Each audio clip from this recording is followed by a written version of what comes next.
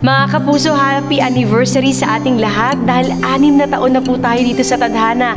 Maraming salamat po sa inyong pagtangkilik sa ating programa. Oh my God! Dere, kumulan! Oh shucks! Sino may balat sa puwet? Wala, risked. Sana. Mukhang tikatik lang naman may araw eh. Okay, sige, game. Nako, syempre, at first nangangapa ako. Pero alam mo yun, kapag ginagawa mo siya kahit matagal mo nang nagawa at binalikan mo uli siya, babalik din pala yung ganung pakiramdam. Pero sabi ko nga nung umpisa, nangangapa talaga ako at nahihirapan ako na ibalik yung rhythm ko dati sa pagtitaping. Pero ngayon, masasabi ko na kampante na uli ako. Palagi kong sinasabi, time management.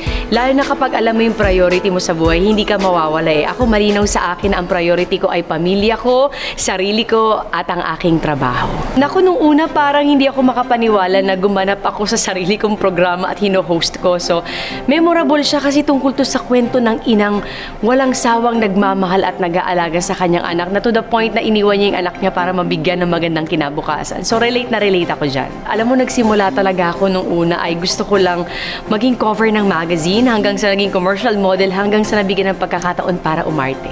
Mahalaga na binibigyan mo importansya kung anong trabaho mo. Pinapahalagaan mo ang bawat nakakasama mo sa eksena at dapat on time ka palagi. Kapag nagtatrabaho ako, sinisigurado ko na alam ko yung character ko bago ko pumunta sa set. Nagbabasa ako ng script at the same time, hindi ako nawawala ng drive ko sa sarili ko na ginagawa ko to kasi looking forward ako dahil gusto ko tong trabaho na to, pinapahalagaan ko at yung mga kasama ko na magiging isang pamilya kami. Lahat tayo may pinagdadaanan sa buhay. Kanya-kanya lang tayo kung paano tayo makako. Pero sinisigurado ko kapag may kapit ka sa taas, lahat posible sa kanya.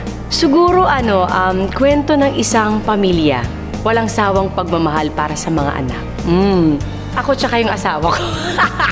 Kami talagang dalawa, yun ang naisip ko eh. Parang alam mo yung kwento na mag-asawa na gagawin lahat para sa kanyang pamilya at para sa mga anak. Kasi yun yung nakikita ko sa amin dalawa ni Dong. Talagang gagawin namin lahat para sa kinabukasan ng aming mga anak. And especially sa amin as mag-asawa.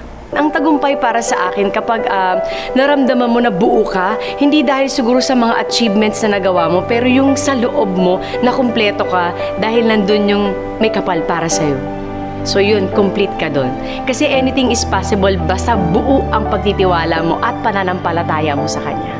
Mga kapuso, abangan nyo po ang Tadhana Anniversary Special namin at 6 na taon na po tayo kaya maraming salamat po sa inyo mga kapuso.